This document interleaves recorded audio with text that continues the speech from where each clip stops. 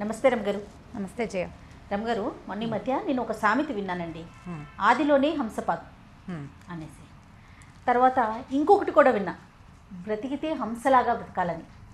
ఇదేమో నెగిటివ్గా ఉంది, ఇదేమో పాజిటివ్గా ఉంది. అసలు హంసని మనం ఎలా తీసుకోవాలి? ఈ రెండిటికి అస్సలు సంబంధం లేదు. కలకాలం కాకిలా బతికే కంటే కొద్ది కాలం హంసలా బతుకు అని చెప్తాం. హంస అద్భుతమైన జీవితం. అది ప్రశాంతంగా ఒకళ్ళ జోలికి వెళ్ళకుండా తన దారిని తను సంపాదించుకున్నదే తిని గౌరవంగా అన్ని చోట్లకి వెళ్ళకుండా అలా ఉంటుందన్నమాట. కాకి ఎక్కడ పడితే అక్కడ తిరుగుతుంది, ప్రతి వాళ్ళ చేతిలోకి ఇది లాగేసుకుంటుంది, ఇది మొహమండాన్ని కాకిని తిడుతూ ఉంటారు. అవును, హంసను ఎవరు తిట్టరు. చూసేసరికి జనాలకు ఒక ఆహ్లాదమైన ఫీలింగ్ వస్తుంది. కాకిని చూస్తే అలాంటివేవి రావు. హంసను చూస్తే గౌరవం కూడా వస్తుంది. ఆ గౌరవం అంటే దాని తెలుపు, దాని కదలికలు, దాని వ్యవహారం, అది మన జీవితాల్లోకి చొరబడని దాని పంధ వల్ల అలా అనిపిస్తుంది. అట్లా అంటారు, కానీ నిజానికి కాకి చాలా అవసరం మనకి. అవును, మరి కాదు, కాకి చాలా అవసరం హంస కన్నానా.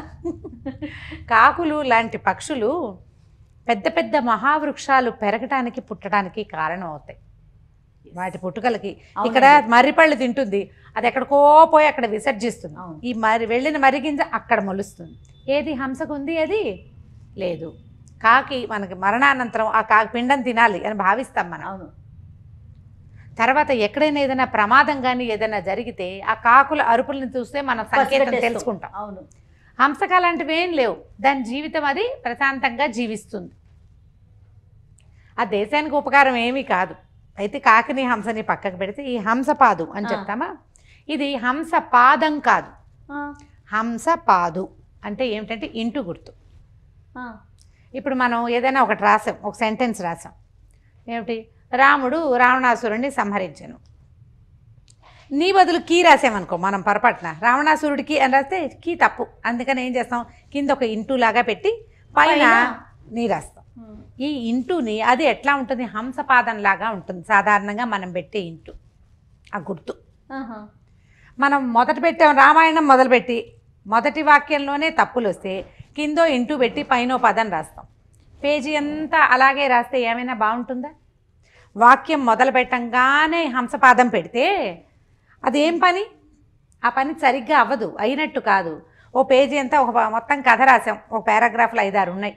ప్రతి పారాగ్రాఫ్లోనూ ఉండే అన్ని వాక్యాల్లోనూ హంసపాదాలు కిందుంటే పైది చూడ్డానికి బాగుంటుందా? హంసపాదం ఉంది అంటే ఇంకా ఆ మ్యాటర్ తప్పు అని అర్థం. తప్పుల తడక, దాన్ని సరి చేసుకున్నట్టు. ఇప్పుడు మనం ఒక పని మొదలు పెట్టంగానే ఇంటూ కొట్టినట్టు సరి చేసుకోవాల్సి వచ్చింది అనుకో, ఈ ఇంటూ ఎందుకు పెడతాము? సరి చేసుకోవటం కోసం. అవును అవును. ఈ సరిని చేసుకోవటం కనుక మనం మొదలు పెడుతూ ఉంటే ఇంకా పని సజావుగా అయినట్టు కాదు. మొదటి వాక్యంలోనే హంసపాదం కనుక పెడితే మిస్టేక్స్ వస్తున్నాయి అని కనపడుతూ ఉంటుంది. ఈ హంసపాదం దాని పేరు ఇప్పుడు మనం ఇంటూ అని, ప్లస్ అని, మల్టిప్లికేషన్ అని పేర్లు చెప్పేసుకుంటున్నాం. వీటిని మన చిన్నప్పుడు, మన తాతలు చిన్నప్పుడు ఎలాంటి పదాలు వాడేవాళ్ళు? ఇవే పదాలు కదా. తెలుగులో దాన్ని హంసపాద అంటారు. ఇట్లా హంసపాద అట్లా ఉంటుంది, ఇలా ఉంటుంది. ఓకే, అందుకని అది పెడతారు. ఈ హంసపాదుకి ఆ హంసపాదానికి చాలా తేడా ఉంది. మనం ఏంటంటే తెలుగు భాష దాదాపుగా మన జీవితాల నుంచి పక్కకి వెళ్ళిపోయి ఏదో మాట్లాడుకునే భాషగానే ఉంది, కానీ ఇలా పర్టికులర్ పడికట్టు పదాలు మనకి తెలియకుండానే పోతున్నాయి. ఈ తెలియకపోవటం వల్ల ఈ కలకాలం కాకి చిరకాలం హంస నుంచి హంసపాదానికి కలుపుకుంటున్నాం. Okay okay. సో మొట్టమొదటే మనం తప్పులతో మొదలు పెట్టకూడదు. ఏ పనైనా సరే మొదటే నువ్వు తప్పులు చేస్తూ ఉంటే ఎట్లా అని చెప్పడం కోసం ఆదిలోనే హంసపాద అంటారు. అక్కడ అలా పుట్టింది. లోకల్గా ఒక మాట చెప్తారు, హంసలు నడిస్తే వాటి కాళ్ళ గుర్తులు కనపడవంట. అలా అని చెప్తారు పెద్దవాళ్ళు కొంతమంది. ఓకే, నా చిన్నప్పుడు విన్న కథనం అనమాట ఇది. మామూలుగా కాకి, పిచ్చిక, కోళ్ళు అవి కాళ్ళు పెడితే వాటికి కాళ్ళ గుర్తులు ఉంటాయి. దీనిది గుర్తుండదు.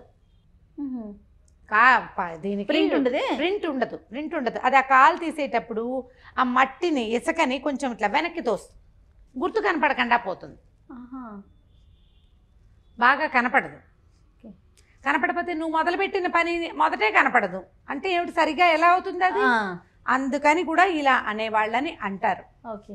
కానీ ఈ హంసపాదు అనేది ఈ ప్రింటింగ్ రోజుల నాడే మొదలైందని ఒక ప్రత్యేక కథనం. ఓకే. దాన్ని మన హంసపాద అంటాం. ఈ ఇంటూ పెడతాం కదా, కింద ఇలా కొట్టి పైన రాస్తూ ఉంటాం. ఆ ఇంటూ పేరే హంసపాదం. కాబట్టి తెలుగు సామెతల్ని పాత వాటిని కొత్త వాటిని కలుపుకోకూడదు. ఆ రెండిట్లలో ఏదో ఒక తేడా ఉంటుంది. అందులో ఉన్న తేడా ఇది. ఏ పనైనా మొదలు పెట్టేటప్పుడు ముందే ఒక క్లారిటీ తోటి స్టార్ట్ చేసుకో. ముందే తప్పులు దాన్ని సరి చేసుకోవటము, తుడిపి రాయటము అవి చేసేసరికి ఆ పేజ్ చూస్తేనే తప్పులు కనపడతాయి. ఏదోలా అనిపించేసి ఇప్పుడు ఒక సెంటెన్స్ కింద ఇంటూ క్లియర్ గా కనపడుతుంది చూడు. అవును, తప్పులు కనిపించేస్తూ ఉంటాయి. అందుకని అలా చెయ్యొద్దు. ఆదిలోనే మన జీవితంలో అయినా కూడా అలానే ఉండాలి. అంతే కదండి దాని అర్థం. అంతే. ఎటువంటి తప్పులు లేకుండా జాగ్రత్తగా మీరు ప్రయాణం సాగించండి, ముందుగానే ఆలోచించుకొని. ఇప్పుడు సామెతలు ఎందుకు పుడతాయి జయ? మనని కరెక్ట్ చేయటానికి. అవును, అన్నీ కూడా అంతే. మన ముందు పెద్దవాళ్ళు చెప్పే వాక్యాలన్నీ కూడా జీవితంలో కరెక్షన్ కోసం. ఈ ఆదిలోనే హంసపాద అనేది ఒట్టిగా కేవలం వాక్యాలకి రాసేదానికి పరిమితం చేసుకోకూడదు. అదేంటంటే లైఫ్లో కూడా ఏదైనా మొదలు పెట్టేటప్పుడు ఇవాళ రేపు చూడు తొందరగా మాట్లాడుకోవడం, దాన్ని ప్రేమలోకి దించేయడం, తర్వాత వివాహాలు చేసేసుకోవడం, తర్వాత సెపరేషన్ అయిపోవడం, ఉద్యోగం అని ఫలానా కోర్సు అని గబగబా అందులో చేరిపోవడం, అదయ్యాక దానికి డిమాండ్ లేదని మానేసి ఇంకో దాంట్లోకి వెళ్ళిపోతూ ఉంటాం. వ్యాపారం ఏదో ఉత్సాహంతో వాళ్ళందరికీ డబ్బులు వచ్చినాయి నాకు వస్తాయని దిగడం, అది సరిగా లేపటం, మళ్ళీ కరెక్షన్స్. ఈ ఆల్ టైమ్ కరెక్షన్స్ చేసుకోకూడదు. ఇలా సాధారణమైన సామెతగా వినపడే ప్రతి విషయాన్ని మనం లైఫ్కి అప్లై చేస్తే ఎక్కువ విషయాలు అక్కర్లా, ఎక్కువ సామెతలు అక్కర్లా. మనకి ఒక 4-5 సామెతలతోటే మన జీవితం సెట్ అయిపోతుంది. కాదు రమ్మగారు, కొన్ని సరి చేసుకోగలుగుతాం. ఒకవేళ తప్పు వచ్చినా వెనక్కి వెళ్ళి దాన్ని సరిదిద్దుకొని మళ్ళీ ముందుకు వెళ్ళగలుగుతాం. కొన్ని చేసుకోలేకపోతాం. చూసారా, జీవితాంతం ఇబ్బంది అలాంటి వాటితో. అలాంటప్పుడు లైఫ్ టైం వేస్ట్ అయిపోతుంది, సమయం వృధా. ఒకవేళ డబ్బు ఇన్వాల్వ్ అయితే డబ్బు వృధా. అది మీ ఫ్రెండ్స్ గురించి సర్కిల్ ఇన్వాల్వ్ అయితే మీ పరిచయాలన్నీ పాడైపోతాయి. అందుకని ఏం చేయాలి? బాగా ఆలోచించుకుని దిగాలి. ఏ పనైనా సరే స్టార్ట్ చేసిన 2వ రోజు నుంచి కరెక్షన్స్ మొదలు పెట్టద్దు. ఇవి వస్తాయేమో ఈ సమస్యలు ముందుగానే ఊహించుకోవాలి. అందుకని ఏం చేసాం? ఫెయిర్ పేజీ, చిత్తు పేజీ 2 పేజీలు రాస్తాం మామూలుగా. అవును, ఒక కథలు పంపించాలంటే ముందు చిత్తుగా రాసేసుకుంటాం. రాసుకున్నాక మ్యాథ్స్ క్యాలిక్యులేషన్స్ కూడా అంతే ఎడాపెడా రాసేస్తాం పేపర్ నిండా. మనం ఫెయిర్గా రాసేటప్పుడు ఏం చేస్తాం? వితౌట్ మిస్టేక్స్ రాయాలనుకుంటాం కదా, నీట్గా ప్రజెంట్ చేయాలనుకుంటాం. లైఫ్లో కూడా అంతే. చిత్తు ప్రతివాడికి ఉంటుంది. ఎంత క్యాలిక్యులేటర్కైనా చిత్తు లేకుండా కుదరదు. పక్కన రాసుకుంటాం. నోట్ బుక్ ఉండాల్సిందే కదా, రఫ్ బుక్ ఉండాలి కదా. చిత్తు అంటే దానే రఫ్ నోట్ బుక్నే మనం చిత్తండి. మంచి తెలుగు పదం వాడుతున్నాను. చిత్తు కాపీ, మంచి కాపీ, 2 కాపీలు ఉంటాయి ప్రతివాడికి. అవును, ఈ చిత్తుని ఎప్పుడైనా వన్స్ ఇన్ వైల్ ప్రదర్శించవచ్చు, నేను ఇంత కష్టపడ్డాను అని. బట్ మనం జనానికి చూపించేది చిత్తుగా ఉండకూడదు. జీవితం అట్లా ఉండద్దు. హంసపాదాలు పెట్టకండి జీవితంలో. ఎప్పుడు ఒక్కోసారి పడిపోతూ ఉంటాయి వాటంతటవి. కానీ నువ్వు ప్లాన్ చేసి చేసుకునే అవకాశం ఉన్నప్పుడు చిత్తుగా రాయకూడదు. దాన్ని హంసపాదాలు పెట్టకుండా ఫెయిర్గానే చెయ్యండి ప్రతిదీ.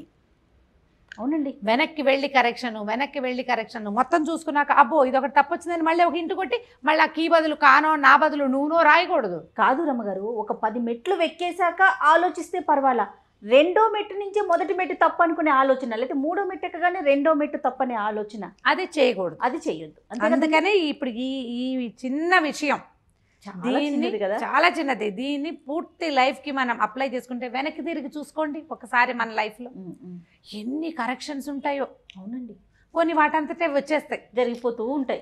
పరిస్థితుల ప్రభావమును, ఇతరుల ఇన్వాల్వ్మెంట్ అను, వాళ్ళు వీళ్ళు ఇందులో దూరిపోయి మనమే చేసినవి కూడా కొన్ని కనిపిస్తాయి. అవును, ఆ మనమే చేస్తూ ఉన్నవి వాటిని ఇక ముందు రాకుండా మళ్ళీ హంసపాదు పెట్టకుండా లైఫ్లో జాగ్రత్త పడాలి. ఇది స్టూడెంట్స్కి చెప్పాలి, ఉద్యోగస్తులకి చెప్పాలి, టీమ్ లీడర్స్ తెలుసుకోవాలి, బిజినెస్లు నడిపే వాళ్ళకి అర్థం కావాలి, పెద్ద పెద్ద సంస్థలు నడిపే వాళ్ళకి అర్థం కావాలి. ఇది మాట్లాడేసేటప్పుడు, అనేసేటప్పుడు, చెప్పేసేటప్పుడు, చేసేసేటప్పుడు ఇది గుర్తుపెట్టుకోవాలి. ఖచ్చితంగా, తప్పకుండా ప్రతిసారి మనం ఇందాక నేను అది మాట్లాడాను ఇది కాదు అని ఎంతసేపు కరెక్షన్స్ చేసుకుంటుంటే ఎట్లా? ఈ కరెక్షన్ కాకుండా ఉండాలంటే ఏం చేయాలి? ముందు ఆలోచించాలి, ముందు ప్లాన్ చేసుకోవాలి. అదంతా పక్కగా ప్లాన్ చేసుకుని రఫ్గా ఒక ఐడియా వేసుకుని అప్పుడు ఫెయిర్గా రెండో ఐడియా ప్రజెంట్ చేయాలి. కాదురమ్మ గారు, ఇలా కరెక్షన్స్ చేసుకుంటూ పోతూ ఉంటే ప్రతి చిన్న విషయానికి మన వెనక ఉన్నవారు మన మీద ఒక చెడు అభిప్రాయానికి వెళ్ళిపోతారు కదా. చెడు పక్కన పెట్టు, మన స్టెప్స్ చూపిస్తాం సరిగ్గా పడవా? సరిగ్గా పడవు. ఇప్పుడు బ్యాడ్ ఎగ్జాంపుల్ అయిపోతాం మనం ప్రపంచానికి. కరెక్ట్. ఇప్పుడు మిగిలిన ప్రపంచం అంతా వద్దు, మనతో పాటు మన తమ్ముళ్ళో చెల్లెళ్ళో వెనకాల వాడు, మన పిల్లలు, మన కుటుంబం, లేదా ఒక సంస్థకి అధినేత గనక ఈ గుణం ఉంటే ఆయన వెనకాల పనిచేసేవాళ్ళు. వీళ్ళందరికీ డోంట్ సెట్ బ్యాడ్ ఎగ్జాంపుల్స్.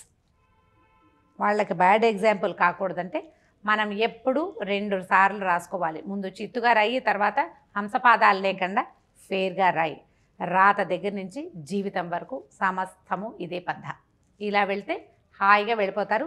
సామెతలు మన కోసం చెప్పబడ్డాయి, ఖచ్చితంగా వాటిని వాడండి, వాటి మీద మేధోమథనం చేయండి. సరే, ఎందుకు వచ్చింది అనే ఆలోచన తెచ్చుకోవాలి కదా. తెచ్చుకుంటే మనం సరిగా చేస్తాం. కానీ సామెతలు కూడా చూడండి రమ్మగారు, 2 రకాలుగా చెప్పారు మనకి. అదే, ప్రతి దాంట్లో మనం 2 విధాలుగా మంచిగాను వాడుకోవచ్చు, చెడుగాను వాడుకోవచ్చు. ఆలోచించాలి అంతే. నమస్తే రమ్మగారు, థ్యాంక్ యూ.